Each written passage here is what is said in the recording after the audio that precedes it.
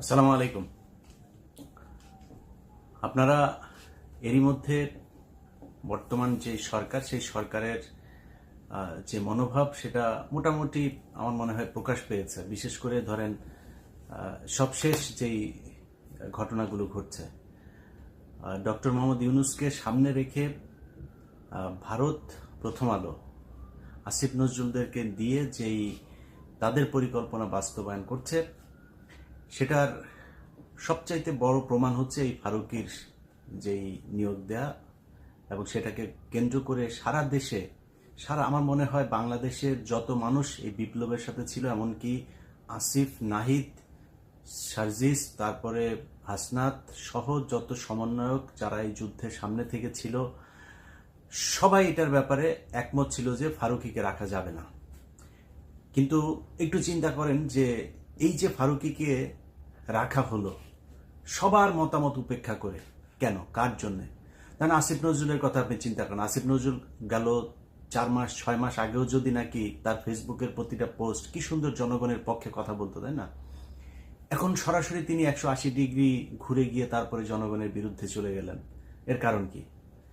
নিশ্চয়ই এটার পেছনে কোনো একটা কারণ আছে। তো আমি একটা বিষয় নিয়ে কাজ করছি।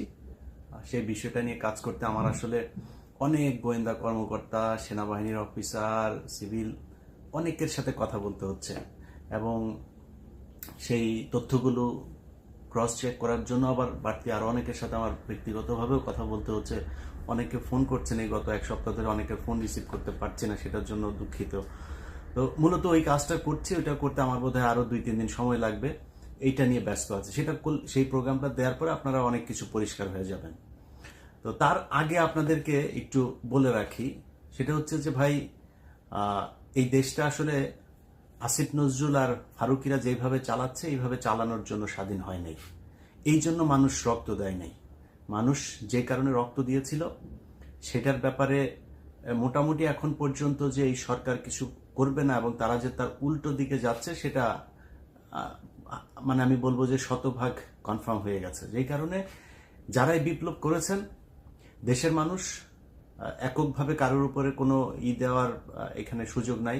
একজন মা তার সন্তানকে ধাক্কা দিয়ে আপনার পুলিশের হাতে তুলে দিচ্ছে, সে পিঠ চাপড়াচ্ছে যে ইনশাল্লাহ ভালো কিছু হবে, বিজয় হবে। যাকে আটক করা হচ্ছে সে একদম পুলিশের চোখের দিকে চোখ রেখে তারপরে বলে দিচ্ছে ভয় দেখায় লাভ নাই। গুলি করছে, বুক পেতে দিচ্ছে যে আরো গুলি করো। এই আন্দোলনের ভেতরে বাংলাদেশের প্রতিটি মানুষ, সবার এখানে অবদান আছে। অতএব এককভাবে কৃতিত্ব নেওয়ার কিছু নাই, সবাই এখানে ভূমিকা রেখেছে। একমাত্র এই ভারতীয় দালাল আর ওই যে শ্রী কামার কুমার যারা আছে তারা বাদে সবাই এখানে আপনার অবদান ছিল। অতএব এই বিপ্লবের পরে যেভাবে গা ছাড়া দিয়ে তারপরে সবাই মনে করলেন যে বিজয় হয়ে গিয়েছে, ঘরে চলে গেলেন, এইটা হচ্ছে আমাদের সমস্যার সবচেয়ে বড় ভুল ছিল এই জায়গাটা। অতএব এইটা ঠিক করতে হবে। যারা ছাত্ররা আছেন তাদেরকে আমি বলবো, এই যে গত যেই রদবদল হলো, সেখানে মাহফুজ আলমকে আপনার প্রধান উপদেষ্টার বিশেষ সহকারী থেকে সরায় উপদেষ্টা বানায় দেওয়া হলো। নাহিদ ইসলাম, তারপরে আসিফ, তাদেরকেও এখান থেকে সরানোর জন্য নানান ধরনের পায়তারা করা হচ্ছে। বিশেষ বিশেষ কিছু সিদ্ধান্ত নেওয়ার ক্ষেত্রে আসিফ এবং নাহিদ তাদেরকে জানানোই হচ্ছে না। তো এগুলো খুবই অ্যালার্মিং। যে কারণে আমি মনে করি আসিফ, নাহিদ, সার্জিস, হাসনাত সহ যারা যারা এখানে সমন্বয়ক ছিলেন, আন্দোলনে ছিলেন, যেসব রাজনৈতিক, আমি এখানে বিএনপি জামাতকে ছোট করে দেখার কোনো সুযোগ নাই। বিএনপির জামাতের অসংখ্য মানুষ এখানে আপনার এই যুদ্ধে অংশ নিয়েছিল, এবং তাদের এই শহীদদের ভেতরে বেশিরভাগই বিএনপি এবং জামায়াতের লোকজন।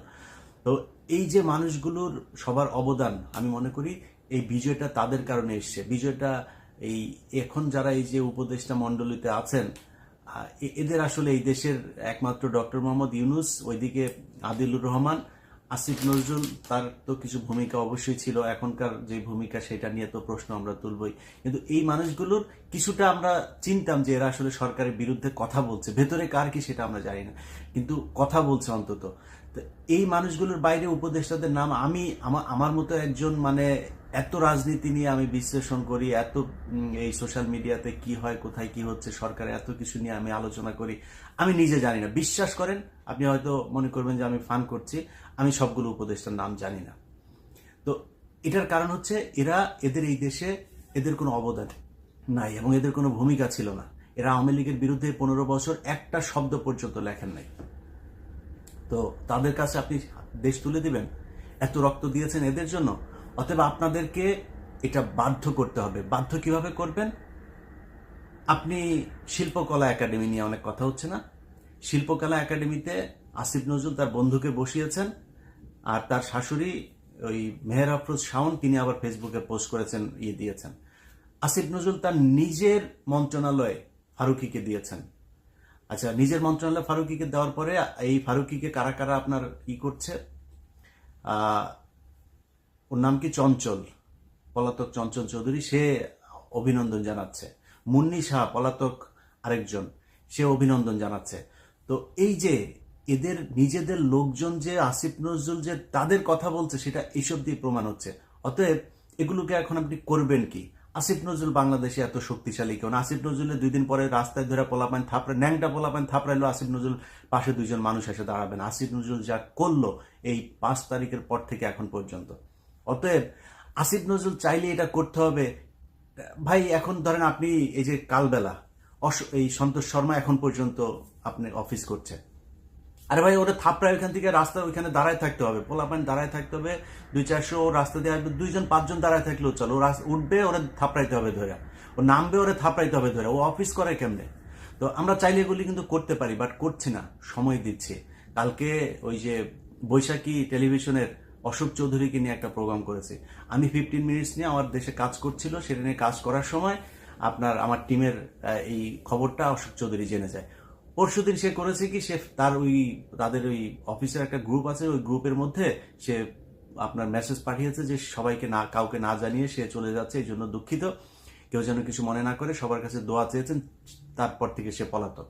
এর কারণ কি? কারণ এই যে মেয়েরা যে আমার কাছে বক্তব্য দিচ্ছিল যে তার কাছে কিভাবে যৌন হয়রানির শিকার হয়েছে, সেটা মানুষ জেনে যাবে এবং তার বিরুদ্ধে এখন মামলা হবে, পুলিশ খুঁজবে, তার আগে থেকেই তিনি চলে গিয়েছেন। এইরকম এই সাংবাদিকতা, এই যে বাংলাদেশের টেলিভিশন, পত্রিকা, বিভিন্ন জায়গায় এরকম বহু লোকজন আছে যারা কিনা আমাদের কথা শুনছে না।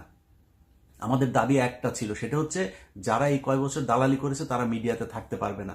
আমাদের সেই দাবি